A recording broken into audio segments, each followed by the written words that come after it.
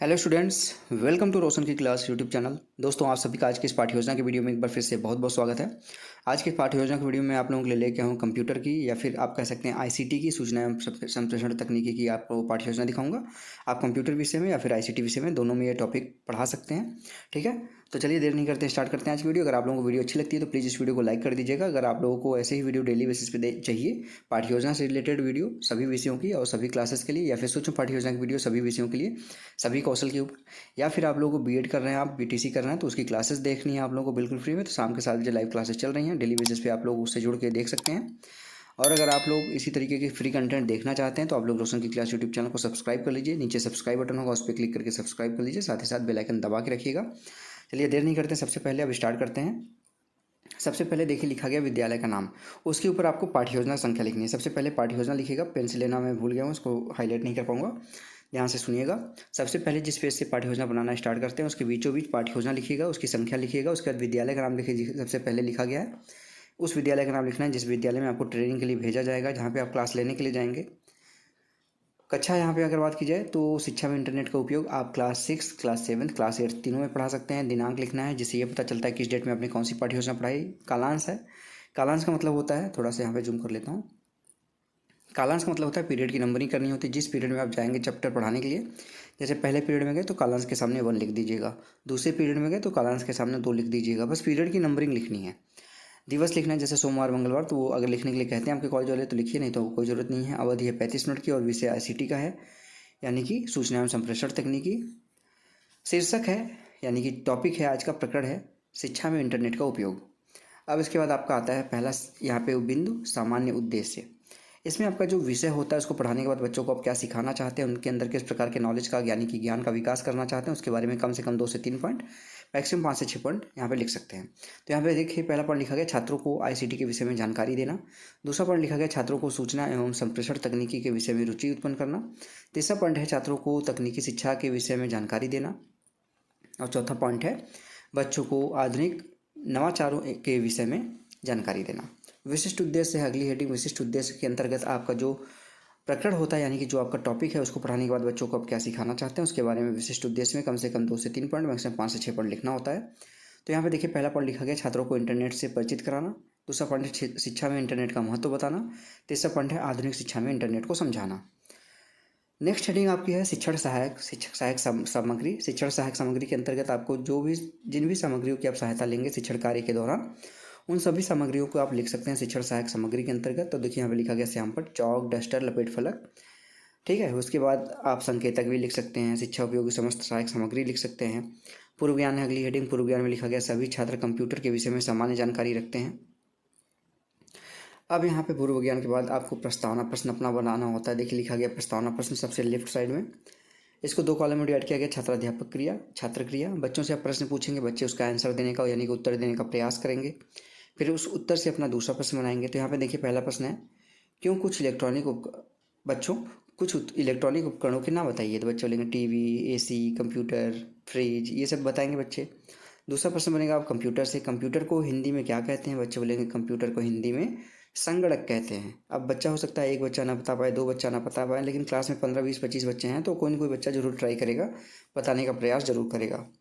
तीसरा प्रश्न फिर यहाँ पे बनेगा कंप्यूटर का संचालन व प्रबंधन किसके द्वारा किया जाता है। बच्चे बोलेंगे इंटरनेट के द्वारा, या फिर इसको इस तरीके से बोल सकते थे एक कंप्यूटर को दूसरे कंप्यूटर के को से कैसे कनेक्ट करते हैं, कैसे जोड़ते हैं, तो बच्चे वहाँ पे भी बता सकते हैं इंटरनेट। फिर चौथा प्रश्न आएगा शिक्षा में इंटरनेट का उपयोग बताइए। बच्चे नहीं बता पाएंगे, संभावित उत्तर हो जाएगा। जैसे संभावित उत्तर होगा समस्यात्मक प्रश्न हो जाएगा। उसके बाद आपको उद्देश्य कथन बोलना होता है, यानी कि बच्चों को अपना टॉपिक बताना है कि कौन सा चैप्टर बच्चों को पढ़ाने वाले हैं। तो यहाँ पे देखिए बताया गया है प्रिय छात्रों, आज हम शिक्षा में इंटरनेट का उपयोग के विषय में विस्तार से अध्ययन करेंगे। अब बच्चों को पता चल गया कि वो उनको कौन सा चैप्टर आप पढ़ाने वाले हैं, उस चैप्टर को पढ़ाना स्टार्ट कर सकते हैं। अब यहाँ पे हेडिंग डालिए प्रस्तुतिकरण। यहाँ पे 4 कॉलम बनाया गया है, बिंदु, छात्राध्यापक कथन, छात्र कथन, श्यामपट्ट कार्य। प्रस्तुतिकरण लिख लीजिएगा इसके ऊपर, ठीक है। इसके बारे में व्याख्या दे रहे हैं आप। शिक्षा में इंटरनेट द्वारा शिक्षा में गुणवत्ता में सुधार के साथ साथ कक्षाओं के लिए श्रेष्ठ व अत्यधिक शैक्षिक सामग्री की उपलब्धता भी सुनिश्चित हो रही है। छात्र वाले कॉलम में लिखा गया है सभी छात्र ध्यानपूर्वक सुनेंगे तथा मुख्य बिंदु लिखेंगे। विशेषता है यहाँ पे अब इंटरनेट के माध्यम से मल्टीमीडिया संबंधी कार्यक्रम भी प्रस्तुत किया जा सकता है। बड़ी मात्रा में आंकड़ों को खोजने में सहायता होती है इससे। लाभ है, शिक्षा में इंटरनेट के अन्य कई लाभ हैं।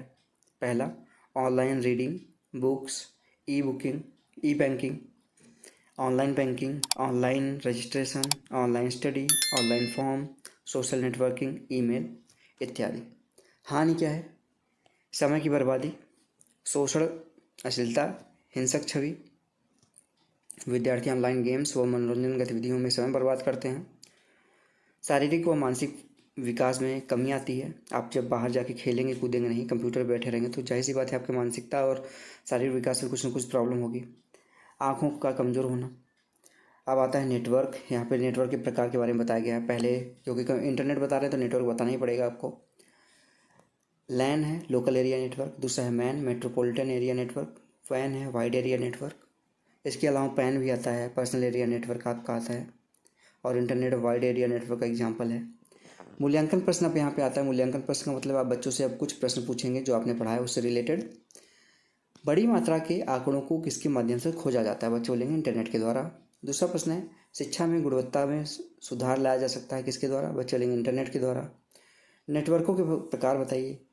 यहाँ पे 3 प्रकार नहीं होते हैं, आप यहाँ पे ठीक है यहाँ पे बता दिए, लेकिन नेटवर्क के 4 प्रकार होते हैं, लैन, मैन, वैन, पैन। ठीक है, local area network, wide area network, metropolitan area network और पर्सनल एरिया नेटवर्क। अगला क्वेश्चन है, शिक्षा में इंटरनेट का लाभ क्या है? बच्चे बोलेंगे ऑनलाइन स्टडी, ऑनलाइन एग्जाम। 5वां प्रश्न है, शिक्षा में इंटरनेट से होने वाली हानि के बारे में बताइए। तो बच्चे बोलेंगे समय की बर्बादी, शारीरिक व मानसिक विकास में कमी। अब लास्ट हेडिंग आपका आता है यहाँ पे गृह कार्य, यानी कि बच्चों को घर से करके लाने के लिए होमवर्क जरूर देना चाहिए। तो यहाँ पे देखिए होमवर्क दिया गया है, 1 क्वेश्चन दिया गया है और बच्चों को कम से कम 1 से 2 क्वेश्चन जरूर देना चाहिए, और पढ़ाने के बाद गृह कार्य जरूर बोलना चाहिए, क्योंकि एग्जामिनर चेक भी करता है ये आपका कि आप पढ़ाते समय क्या होता है कि आप नर्वस रहते हैं, तो आप जब पढ़ा लेते हैं अपना कंटेंट तो आपको लगता है आपका कंप्लीट हो गया, लेकिन जब पढ़ा लिए हैं तो सुकून से वहाँ पर आप ध्यानपूर्वक खड़े रहिए और प्रश्न बोलिए गृह कार्य का, जिससे आपका लास्ट हेडिंग भी कंप्लीट हो। अब लेसन प्लान पढ़ा रहे हैं तो लास्ट हेडिंग नहीं कंप्लीट करेंगे तो आपका कंप्लीट तो माना नहीं जाएगा, इसलिए लास्ट हेडिंग को ध्यानपूर्वक देखते रहिए। और लास्ट हेडिंग आप जब गृह कार्य बच्चों को बोल दीजिए और ये देख लीजिए कि वो अपनी नोट बुक में उसको नोट कर लिए, तब वहाँ से आप श्यामपट्ट को साफ करके उस पर अगर कुछ लिखें तो उसको साफ करके तब वहाँ से हटिए। तो गृह कार्य में देखिए एक प्रश्न दिया गया, शिक्षा में इंटरनेट का महत्व बताइए। इसी के साथ यहाँ पे आज का लेसन प्लान समाप्त होता है। आशा करता हूँ आप लोगों को आज की वीडियो से लाभ जरूर मिला होगा। इस वीडियो की अगर आप लोगों को PDF चाहिए तो आप रोशन की क्लास टेलीग्राम चैनल पर जाइएगा, 2000 के आसपास आपको वहाँ पे फॉलोअर मिल जाएंगे। वहाँ पे जाके इस PDF को डाउनलोड कर सकते हैं, बिल्कुल फ्री है। यहाँ वहाँ पे मैं अपलोड कर दूँगा वीडियो के लिंक के नीचे, वहाँ से जाके बिल्कुल फ्री में इस PDF को डाउनलोड कर सकते हैं। और अगर आप लोगों को इसी तरीके की वीडियो डेली बेसिस पे देखना है, पाठ्य योजना से रिलेटेड वीडियो, सूक्ष्म पाठ्य योजना से रिलेटेड वीडियो, या फिर आप लोगों को B.Ed की क्लासेस लेनी है, VTC की क्लासेस यानी कि DLED की क्लासेस लेनी है, तो आप लोग शाम के 7 बजे रोशन की क्लास यूट्यूब चैनल से जुड़ जाइए। जुड़ने के लिए बिल्कुल फ्री है, एक ही काम करना है आपको, छोटा सा काम है, 1-2 सेकंड का समय जाएगा। इसी वीडियो के नीचे सब्सक्राइब बटन, उस पर क्लिक करके सब्सक्राइब कर लीजिए, साथ ही साथ बेल आइकन दबा के रखिए, जिससे मैं आप लोगों के लिए कोई भी यहाँ पे वीडियो बनाता हूँ तो उसके बारे में बिल्कुल फ्री में आपको पता चलता रहे। तो स्टूडेंट्स मिलते हैं नेक्स्ट वीडियो में, तब तक के लिए आप सभी का बहुत बहुत धन्यवाद। जय हिंद, वंदे मातरम।